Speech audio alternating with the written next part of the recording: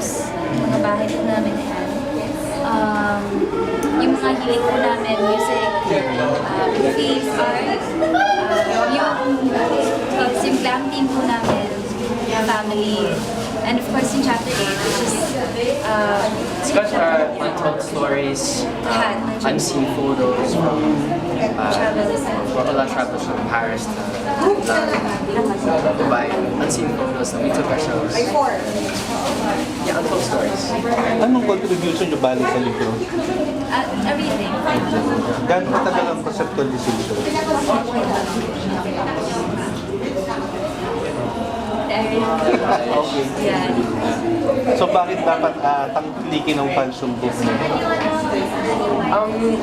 For me, it's a cool little, like, if you're a JD fan, even if you're not a JD fan, it's got our top picks, our style tips, our beauty tips, even for me, that's a lot. So anong initial reaction niyo nung makita niyo yung hard copy ng book? Actually, kahapon ko lang po siya hindi ko pa siya nababasa. Konting parts pa lang. So, super excited, especially for the JDs. Kasi I know na super excited sila mabasa yung mga books. I mean, lahat ng nag-pre-order, excited po sila. So anong reaction niyo na 50,000 copies kagad ang sold out bago pa nilabas sa mga bookstore? That's the JD fans story. We're so happy. We're grateful for all the support. Thank you so much. And it's really worth it, so thank you guys. So 1 month kayong nawala, di ba? So anong mga na-miss niyo habang nasa US tour kayo? Actually, na-homesick kami. Yeah, homesick. Family, friends. Work, even. I missed it a lot. So may iba tayo kasi, di ba, surprise sa lahat na mataas ang rank mo sa FH. Si James nag-react na ikaw, anong reaction mo? Wala, I mean, hindi ko po talaga in-expect. Kasi nung una, 50 plus last year. And then, biglang nag-9, biglang nag-8, tapos nag-1. So sabi ko, joke ba to? Nung una hindi po ako makapaniwala, sabi ko, hindi, joke lang to. Until FHM posted, number 1. Well, I guess, gano'n talaga yung mga JDs. Talagang supportive, very supportive sila sa lahat. Tsaka sabi ng FHM staff, nung tumaas yung rango mo, yun na daw ang bagong definition ng sexy. Ano masasabi mo? I mean, happy po ako na at least, diba? Hindi ko na po kasi alam yung update ngayon eh. Nung napunta po ako sa Wally, maraming nagsasabi nga na iba na yung definition ng sexy.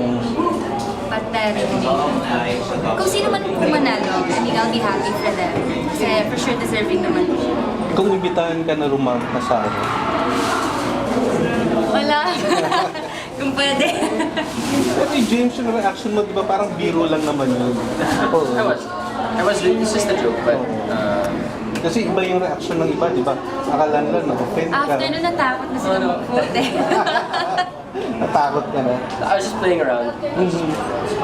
So how does it feel na number 1 yung ano mo?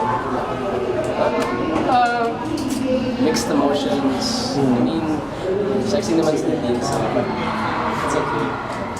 Nakipag-meeting na kayo sa ABS, di ba? So ready na yung kadasal nila. Kailan kayo start ng date na? Soon. Very soon. Kaka-discuss lang po kasi ng story, everything yung plano, sa schedule sa po. Ano to? Romantic drama series din? Well, nahiyakap na medyo mas seryoso. Kesa sa On Doing sa Kaya. So, It's still a romantic drama. Yes. so mas mature na James at Mas Nadine. mature, definitely. Mas mature. So, invite nyo na yung fans to buy the book. Guys, Team Real, buy it while you still can. Yeah, thank you so much all the fans. Thank We ordered. you. Thanks, guys. And thank you, we love you guys. Okay, thank you.